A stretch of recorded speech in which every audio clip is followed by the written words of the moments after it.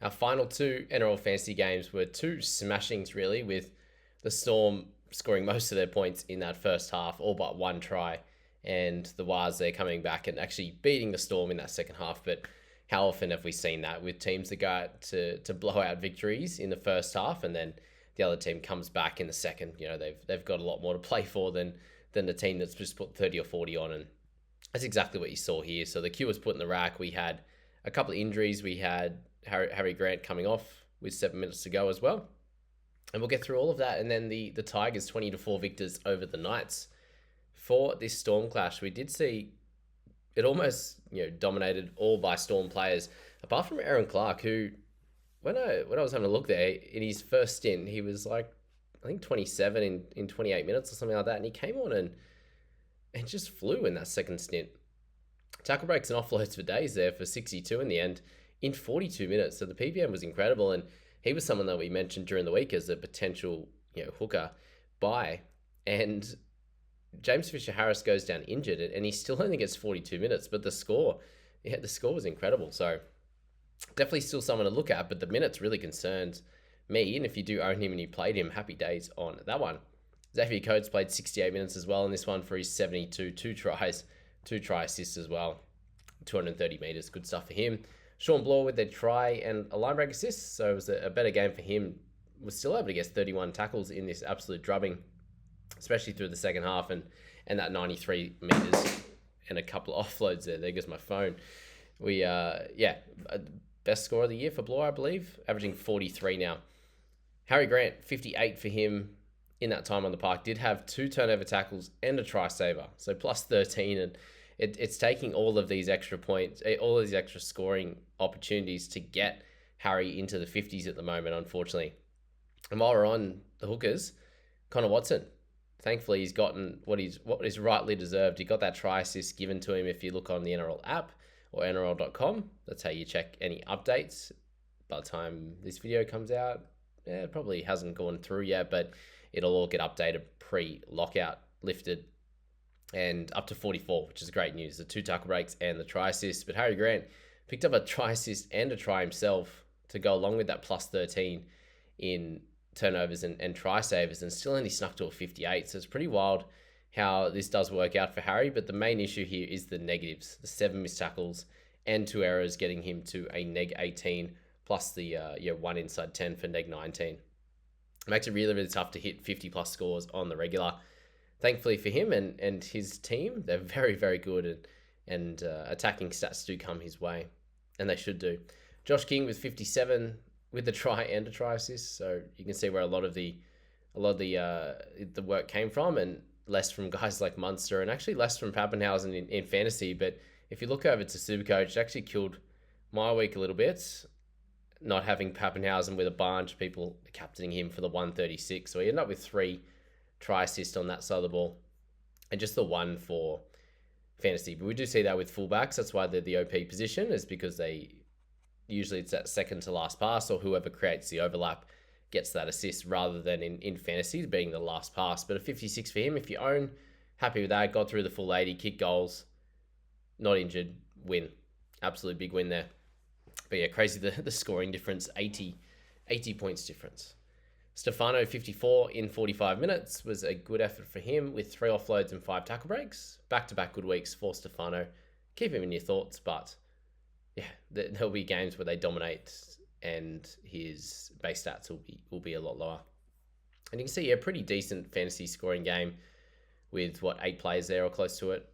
Yeah, 8 players above 50 and above, which is good. Barnett played the extra minutes instead of Clark for 61 minutes, but 50 scoring. If you still own, a better score, but still not amazing. If you've bought Wade Egan recently or started with him, another 49, another 80 minutes played. So it's a win for Egan owners, is him getting through another set of 80 minutes. Eli Katoa, 48 for him. He had 7 missed tackles. So him and Harry Grant just falling off for fun, and definitely helped people like Aaron Clark and Jackson Ford there with 5. Get those tackle breaks there. Tuapiki with 4 there as well. Even Cape World got 1. But yeah, Ellie, 7 missed tackles, only 18 made, so plus 4 in tackles. You're never going to get an incredible score, but for him, attacking stats did come in offloads and in 1 line break assist and good running meters as well. So he's one of those guys that you do hope for a bit more, given his price at about 53, 54. And yeah, a little bit unders, but he'll be fine going forward. Valmaga, 47 for him, 41 minutes. It's slowly taking toll. And he got the extra minutes as well from Fish going down injured. So I'm very unfortunate for him. Unsure if it's going to be a shorter term thing, his pec, or if it's going to be longer term and a big surgery attached to it, which would seem not be great at all, and sort of closer to 3 months type of thing. If it's he's done a good job of it. Okay, well, for Liero, Howarth, 44 for him. He got like 32 in Supercoach, so it's tough sometimes. I don't think he got any assists. 2 try assists in this one, 10 tackles, 3 misses, 2 errors, a bit gross, but 2 turnover tackles, 101 meters. 44 at that price, you'll take, but very similar to the situation with like Tamale and who else do we have? One of the other games just went, and guys like Gutho in their absolute smashing with the Dragons, just those outside backs just not somehow getting involved in a lot of the attacking plays. But thankfully for him, a few try assists, but these are the games you hope that he goes a lot bigger and doesn't have to rely on like turnover tackles. Metcalf with the try to finish this game for a 42. If you still own, he did outscore Munster at a cheaper price, so there's that. But yeah, a little bit worrying the way that game played out. Hopefully they can be better, but he's averaging 41, which puts him up a little bit on where we bought him at, but yeah, just okay. Unfortunately there. Munster with 1 try assist, still 5 missed tackles, no tackle breaks, no offloads, an error, a penalty. Better kick meters at 260, but he did have Hughes go down, and we know that Wishart's going to come in and take a fair share of that with Hughesy going down. And hopefully for him, it's fairly minor. It sounds like he could have played on if it was close and they needed him, but there was no need for that. It's unfortunate for him that he gets that low score, and good thing for us non-owners in Fantasy and Supercoach, he begins to go down in price and he becomes a very enticing option very, very soon heading into the buy period. More enticing than he was even this week when I thought he was a good one to look at. But Munster's been very, very frustrating with his scores, and I understand moving closer to Origin if you do want to sell him and use his price point to get to someone that can hit you a 50 plus average, because it's not happening with Munster at the moment. Chanel Harris-Tavita, 34 for him, 2 try assists. They're 2 of their only tries, and good kick meters, a little bit less on the running side for him, but still getting involved. If you do own him still, then he can be easily held. Can also be easily sold, given he'd be close to 500k after this one. And then Leataua with 22 for him with a line break. Not a great score, unfortunately. Similar to that with Wishart, 18 in 40 minutes. He's down a fair bit in price. It sounds like he won't be of too much relevance for us, Wishy, with Hughes either being fine next week or missing 1 week probably at most, unless we find out anything further in the next little bit. But Fisher Harris was the big one here, guys, and that's the worrisome one with Nickel Klukstad going down with HIA. You'll see Tuapiki go to 1 next week and should score fairly well, but Fish with his 8 in 11 minutes was doing good work as he does, and yeah, unfortunately went down with that pec issue. And it sounds like if it's anything 2 weeks and above, you'll be selling, and it's as simple as that. Unfortunately, at that price point, there's plenty of guys that you can go to. But yeah, in terms of other Supercoach scoring there, we had Harry with the 76, Eli Katoa on my side, myself, 71, and then we've got Munster there with 61. Okay scores. I bought Munster in this week for Brimson, who unfortunately wasn't able to outdo what we saw with Brimo. But solid scores are all around, and you can't, I was thinking of buying Hughes, who got 16, so that would have been tough there. Selling Mamazelis, I think, was the play on that one. And then on the other side, it was Aaron Clark with the 71 that led all scorers, and there's not too much else there with Wade Egan solid with 54, and Chanel Harris-Tavita for any current owners with 51. Now it's moving on to that second game and final game of Sunday, the Knights and the Tigers, and just a shout out to Terrell May again, just continues to absolutely dominate. One negative stat with the penalty, and that was fairly early in the game. He still played 70 minutes and grinded away for the victory with 4 tackle breaks, 5 offloads, 50 in pure base as well. So he's a freak. He was the best captaincy option this week and basically has been every week. apart from the one where Payne Haas got the ton. So great stuff. Terrell continues to be such an important part of this side, and I think you can continue just to captain him every week. And look, with Cleary struggling a bit, with Haas having his down games as well, Terrell is by far the clear safe guy. So I imagine if it's going to continue changing these percentages of captaincy, and we're going to continue to get it wrong, most likely, the majority anyway. But yeah, Knights were terrible. I mentioned in the 5 things I learned from round 6 video, guys, so go and check that one out, or the podcast version. Follow along, hit subscribe, all the good stuff there. I appreciate that. Knights, we spoke about them, how poor they've been. Tigers, the praise needs to come because they've had a pretty good start to the year. And after sliding a little bit in previous weeks, they've come out with the goods here and beating the Knights away from home. Kaipi's Paul, 64 in his time out there. Really impressive to go 54 in pure base. And a couple of offloads there, a few turnover tackles as well to boot there, and averaging 53.3. And there actually have been a few people that have been messaging me saying, I've got KPP on my mind. It's working out great. And he missed the last 2 games, but he's, left off exactly where, continued on exactly where he left off. And it's been very, very impressive. Definitely an option going forward.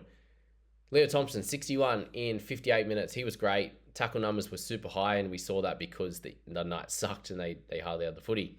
And then Thomas Kant with 56 points there, 52 tackles. Man, put in some work, that's for sure.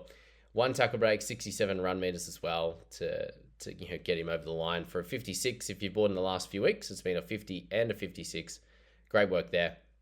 You'd be very, very happy with that situation, and hopefully you get another couple of weeks out of him. And look, the way they're playing, he deserves to be in this side. He shores them up defensively, and we'll see where he does end up, if he's out of the side, or if he gets the bench, or if he continues that start when Lucas does return. Speaking of absolute legends, it was a bit of frustrating with the sin bin, but Stafford Toa, we cannot complain with his efforts there. He was trying to outdo Jackson Purdue, and without that sin bin, maybe he could have snuck to a 65 or so. But yeah, great score from him. I cannot complain. Started at 250k. He's going to be well into the 480s after this week, near the 500 mark, and just continues to go from strength to strength. He's used in attack regularly. They go right a lot. He got that try assist early and then picked up that try, absolutely just burning Bradman Best and getting past Fletcher Sharp at the end there. Great player. I'll continue to play him every week. Seems like regardless of opposition, he is a guy that is a focal point in attack and is defending pretty well, always over 10 tackles for very limited misses there. Fletcher Sharp, 46, picked up the try late. My main worry with him and this side, and that's it, because defensively he's put in 4 games in a row of 20 odd plus tackles with very limited misses, and we know he runs the footy. Picked up 2 tackle breaks, picked up an offload as well. If things are going good for Knights, I can see him being that mid-50s guy that we can see him priced at. His average at right now at 53.4, but these last few weeks have been very telling, as we know with Caleb Ponga and Greg Barnes-Dew and these types of guys there, really struggling the last 3. And Fletcher was still able to score well in that beating 3 weeks ago, but since then it's slowed down. So I've got him in my sights, but I think we need the team to show a little bit more for me to get involved again there with Fletcher. Interesting setup. Fainu, 46 for him. Twali, 45. Just the 42 minutes is the frustrating number here, and he's peaking very, very soon, given the minutes that he's received in recent history. Funopole, good score from him, 45. Lockie Galvin, 44. Just keep an eye on him over the next month or so. He ran for 198 meters. Is pretty wild. 3 errors and 3 missed tackles that hurt him a little bit, with 1 try assist, but a solid game there. As I just keep an eye on his price. Brayley, 43 and 52. We know he can put in that work. Coruscant, Frizzell, Gags and Best, 37 apiece. So yeah, look, when they get footy in hand, they're gonna make their tackle breaks. They're gonna get their offloads. But while the team's poor, these guys are gonna just struggle. They're really gonna struggle. So just watch out for Gagai especially. Given after this game he'll be under 600k, and we know he's a 50 plus guy, but we do have to, the elephant in the room of Knights being just really, really bad right now. If they're a middle of the rung team, like we see with teams like the Titans, though their attacking players can do well, But if they're not putting any points up back-to-back weeks, guys like Gagai and Best are not going to do the business. And yes, no errors for Best this week, but it's also hard for him to get any good ball and actually pass out the back and all the good stuff that we need for guys like Greg Marzhew. And I really thought Dream Buller had a good game as well. But Marzhew with 35, 5 tackle breaks, 2 offloads, good run meters at 184. He got amongst it early, and then his score basically stagnated for half an hour or something like that, which was tough for owners. And I'm with you in Dream Team and Supercoach, not in Fantasy, but I'm riding it with you for sure. And just hoping for that try. Is it going to come? Very, very tough. Apart from round 1, he hasn't got one yet. Yeah, we'll leave it at that. What about Royce Hunt? Royce the choice, 34 for him. Taruva keeps getting scores on that right. He keeps scoring tries on that right, and great to have on the outside of my boy Stafford Toa. What's he averaging now? 50, 48.6 for Stafford. That's so good. Alex Seyfarth. This was my win of the week, I suppose. Not playing him. I do own, and I'll be selling this week. I'm pretty sure for 545,000 or close to that, with that high 30 or near 30 break even, I believe. 29 tackles, 3 misses, an error, 63 run meters. His base stats are just completely gone. Unfortunately, last year and the years before, when we've seen him at edge, he's just getting involved in everything. The tackles, he chases it. And they run him heaps, they defend a lot, so he does get a lot of tackles, and he doesn't miss too many. And this year, it just hasn't fallen into line at all. So a 41 average, we've made a bit of cash, he's helped in certain weeks, but his time in my side will be no more. And one thing we did forget to think about, actually, is that we're coming into round 7, which means dual position week. I remembered that, but 3 trades week from here up until round 12. We get the triple trade. And we'll laugh too, when you look at the game guidelines, it still says round 13 and 14, and then 16, 17, and then 19, 20 are going to be the weeks that we have 13 on the park. So might be a rude shock if the game's not set up that way come round 12, if it looks like we're going to be counting 17 with round 12 being that bye week. That's going to be fun. We'll see how that one rolls out. But yeah, Seyfarth, yeah, I think it's pretty obvious he's done. Dewey with a try there. I don't think you can hold him at this price either, at 502k. It's pretty rough. Caitlin Ponga, 27, hey? This is the guy, and this is the big worry in the side. Thankfully, I don't have this one to worry about in fantasy, but in Supercoach, he's got like 145 break even, which is absolutely disgusting. So bad. And he did update a little bit to 34. So yeah, especially projected 104. That's always lovely against the Tigers when you don't get anywhere near it. But yeah, he's going to go down so much cash, and the question to sell him or not is going to be on all our radars, given he's going to go down so much, be priced a lot lower. I had Marzhew, Tom Kent, and Terrell May in this one, but a very, very low scoring game across the board with Kai Paul the 65 and Terrell May the 83 being the top scores there across both the teams. But in fantasy, that's three low scores in a row, and it's not good enough. For him to be 60 odd and 80 odd in the first couple of games, doing it fairly comfortably, team playing a lot better. They've fallen off a cliff, and there's not much going his way at all. He's running the footy a bit, but it's on the back foot.